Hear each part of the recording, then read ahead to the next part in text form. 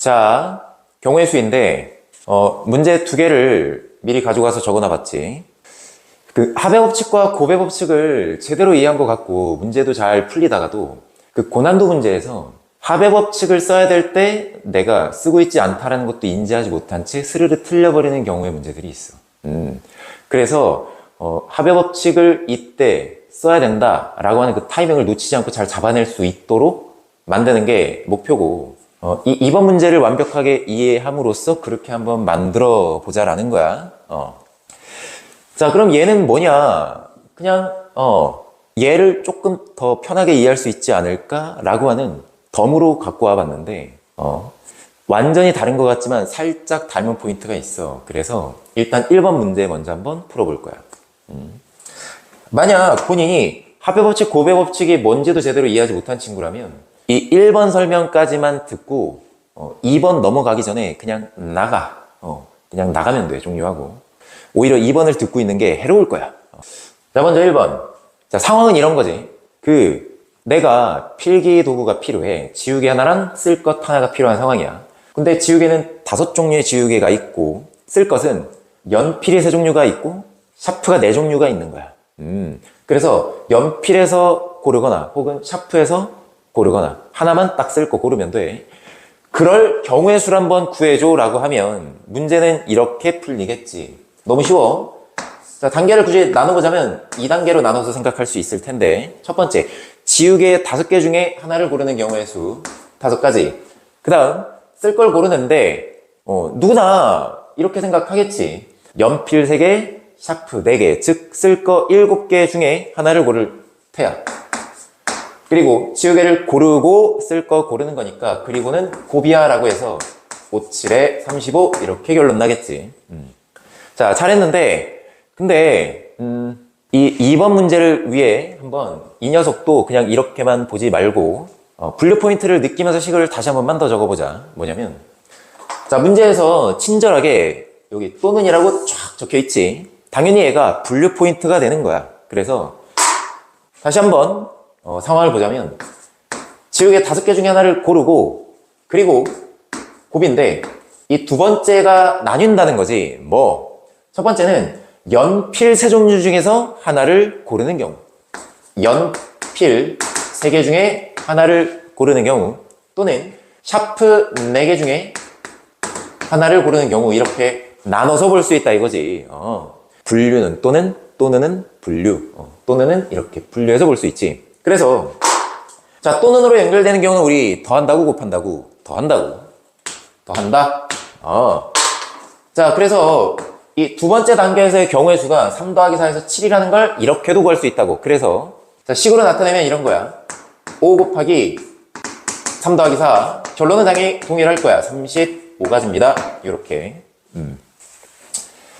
자, 이제 합의 법칙, 곱의 법칙이 간신히 이해가 되는 것 같은 친구들은 여기서 그냥 나가라고.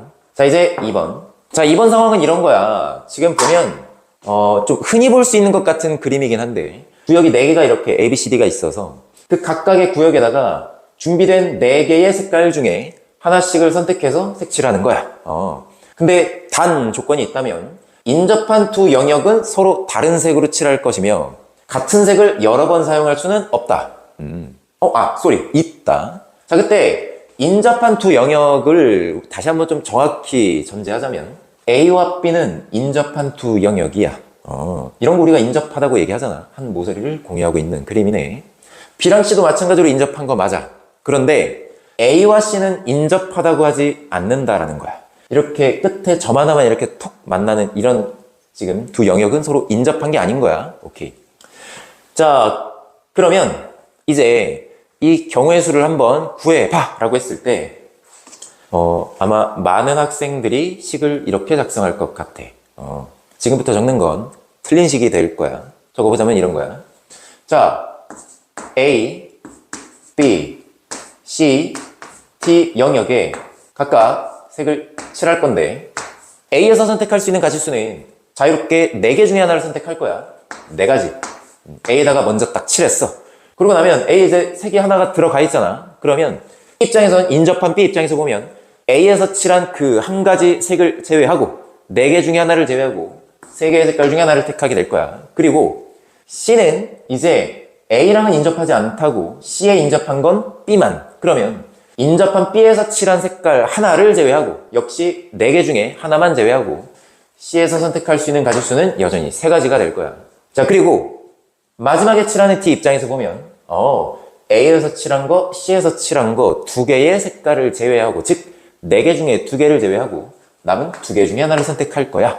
이렇게 해서 칠하고니까 스르르 곱해서 자연스럽게 8, 9, 72입니다. 요렇게 말이야. 자연스럽게 틀리겠지.